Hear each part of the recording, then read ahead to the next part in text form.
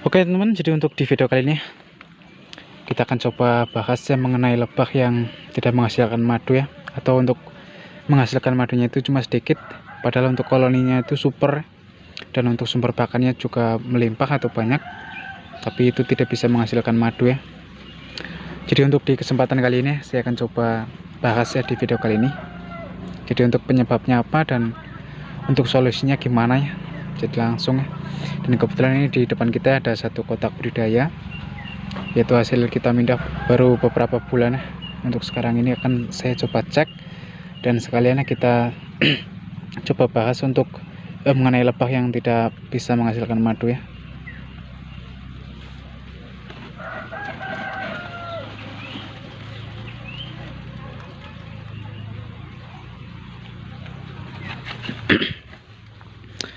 Dan kalau untuk kondisi koloninya itu seperti ini ya, jadi memang belum terlalu super. Dan di sini juga untuk sarang ini juga masih kering ya, karena yaitu tadi ya, kemarin itu habis musim kemarau ya, habis musim paceklik, yaitu langka pangan atau langka bunga itu ya untuk lebah bervegetasi. Jadi sehingga untuk perkembangannya ini juga masih seperti ini ya. Dan ya untuk lebah ini itu kita lagi lakukan treatment ya, yaitu dengan kita membuatkan suplemen buatan atau vegetasi buatan ya, dikarenakan itu kemarin musim paceklik ya. Jadi sehingga untuk perkembangan ini juga agak sedikit melambat, apalagi ini dengan jumlah koloni yang sedikit ya. Kadangkala juga kalau kita mempunyai koloni yang super, itu juga susah ya untuk menghasilkan dari madunya. Jadi kita coba ambil dulu ya untuk yang satu ini.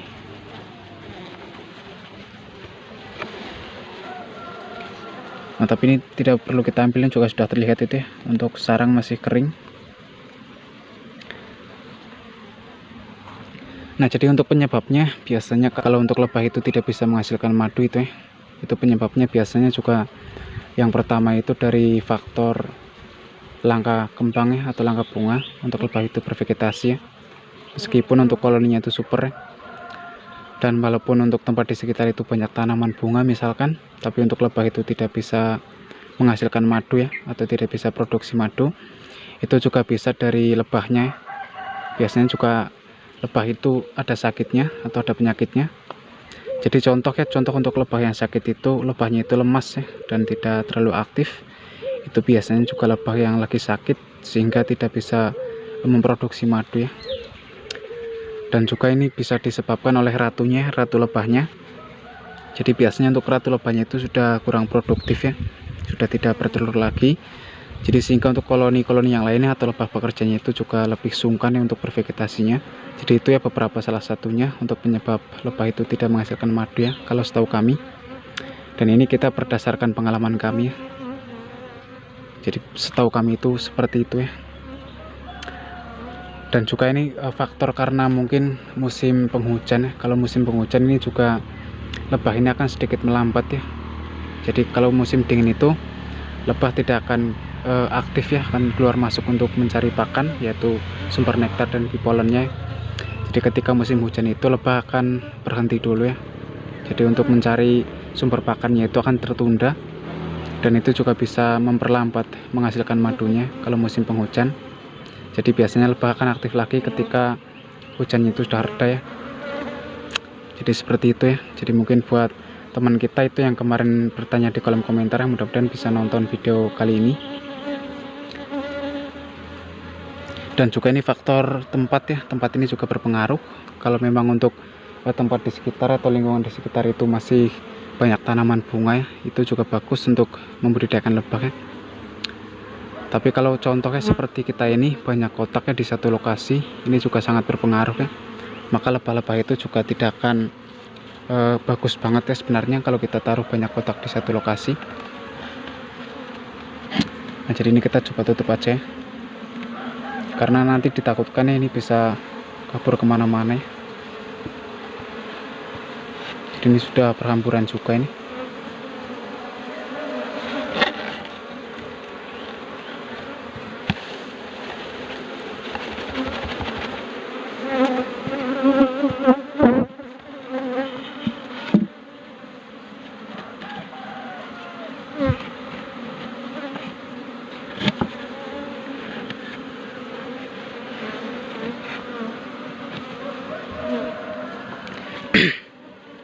Dan kalau untuk mencari sosok sang ratu yang sudah tidak aktif ya, itu kita bisa cek dulu dari sarangnya. Kalau memang untuk sarangnya itu sudah tidak ada telurnya, itu kita bisa donor dengan ratu baru ya, untuk kita ganti dengan ratu yang kita tetaskan sendiri.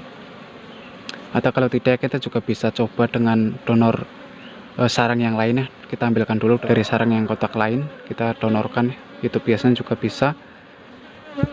Atau kalau tidak ya, kita juga bisa telatenin ya, kita dengan kasih sirup dari gula itu ya, atau vegetasi buatan, atau suplemen ya, dari buah-buahan, itu juga bisa. Seperti yang di video kita kemarin ya, kita kemarin juga sudah sempat bahas juga itu ya, untuk proses dari pembuatan suplemennya atau vegetasinya. Jadi untuk solusinya seperti itu ya. Untuk solusinya kita bisa kasih pancingan dulu ya dari suplemen buatan dari buah-buahan, atau kalau tidak kita juga bisa membuat vegetasi buatannya itu dari sirup gula itu ya, untuk memancing. Jadi pelan-pelan nanti juga akan aktif ya. Dan itu pun juga kalau lebah yang sudah lama ya. Kalau lebah masih baru seperti ini, contoh baru beberapa bulan ya, itu jangan harap dulu ya kita menghasilkan madu yang banyak ya. Jadi biasanya untuk lebah itu aktif ya dan produktifnya itu cukup lama ya, butuh proses. Jadi kalau untuk ingin kita memanen madunya itu rutin ya, itu harus lebah yang sudah cukup lama ya, yaitu biasanya sekitar membutuhkan waktu 1 tahunan ya. Dan kalau untuk lebah yang kita budidayakan sudah selama 1 tahun, itu biasanya itu mulai rutin ya untuk kita memanen madunya. Tapi kalau untuk lebah yang masih baru kita budidayakan, itu teman-teman jangan harap dulu ya kita bisa memanen madu dengan rutin ya, dengan banyak hasil madunya. Itu masih jauh ya, karena lebah ini juga butuh proses dan butuh waktu juga ya. Jadi untuk rata-rata kotak yang kita budidayakan di tempat ini itu baru sekitar, paling lama ini untuk sekarang baru sekitar 6 bulanan ya. Jadi belum ada yang 1 tahunan. Dan untuk hasil panennya kita juga masih sedikit ya, jadi belum terlalu banyak ya. Karena memang untuk di satu lokasi ini kita taruh itu banyak banget kotak. Jadi sehingga untuk salah satunya itu ya, lebahnya itu ada yang kalah ya, kalah dengan kotak yang di sebelahnya. Jadi makanya ada yang tidak menghasilkan madu dan ada yang madunya itu cukup super ya.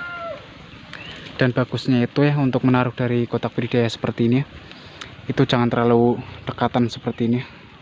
Kalau lebih jauh itu juga lebih bagus, supaya untuk menghasilkan madunya nanti ya, bisa banyak lagi ya. Tapi kalau untuk menaruh dari kotak budidaya lebah itu seperti ini, contoh dalam satu titik lokasi ini kita taruh banyak kotak ya, untuk perkembangannya ini juga agak sedikit melambat ya. Apalagi kalau untuk tempat di sekitar itu langka dari bunga-bungaan ya. Apalagi kalau lagi musim paceklik atau langka pangan, itu juga sangat susah banget ya untuk menghasilkan dari madunya. Jadi makanya tinggal pintar-pintarnya kita aja untuk merawatnya itu bagaimana ya. Dan kita kasih makan juga, yaitu seperti kita buatkan suplemen dari buah-buahan untuk membantu dari vegetasinya. Dan kalau untuk dari sirup gula itu ya, itu juga sebenarnya tidak memenuhi unsur untuk membuat madu itu ya. Itu tujuannya hanya untuk memancing si lebahnya supaya bisa lebih aktif lagi ya ke depannya. Jadi seperti itu ya. Jadi kekurangan dan kelebihannya kita membudidayakan lebah di satu lokasi dengan jumlah kotak yang banyak, yaitu seperti tadi ya yang saya bilang, untuk perkembangannya agak sedikit sulit ya. Apalagi kalau lebah baru ya, itu jangan harap dulu untuk menghasilkan madunya itu bisa rutin ya. Minimal kita bisa membudidayakan itu selama 1 tahun dulu ya. Jadi selama 1 tahun itu biasanya lebah sudah mulai aktif ya untuk di tempat yang baru. Karena untuk lebah ini juga membutuhkan adaptasi di tempat yang baru. Apalagi kalau kita baru dapat dan baru mindah, itu juga untuk perkembangannya akan sangat lama ya. Kalau kita menaruhnya itu di tempat seperti ini ya, dalam satu lokasi itu kita taruh banyak kotak. Tapi kadangkala itu ada juga ya lebah yang sangat cepat untuk perkembangannya. Jadi itu juga disebabkan oleh sang ratu biasanya. Sang ratu itu masih produktif dan masih aktif, sehingga untuk koloni-koloni yang lain itu masih bisa lebih aktif lagi ya untuk bervegetasinya. Dan sebenarnya masih banyak lagi ya untuk yang saya akan jelaskan, tapi untuk durasi nanti terlalu panjang ya. Jadi mungkin kita akan coba bahas lagi di video yang selanjutnya aja. Jadi untuk sekarang ini hanya seperti ini. dan mudah-mudahan ini bisa menjawab ya untuk pertanyaan dari saudara kita yang kemarin bertanya di kolom komentar itu ya. Mudah-mudahan beliau itu nonton, dan mudah-mudahan teman-teman yang menonton itu bisa paham ya apa yang saya sampaikan, dan khususnya untuk saudara kita itu yang kemarin bertanya di kolom komentar itu bisa paham. Dan jika ada kesalahan kata atau kekurangan dari perkataan saya mohon maaf ya, dan semoga video ini bisa bermanfaat. Dan terima kasih yang sudah menonton. Sampai ketemu lagi di video-video kami berikutnya.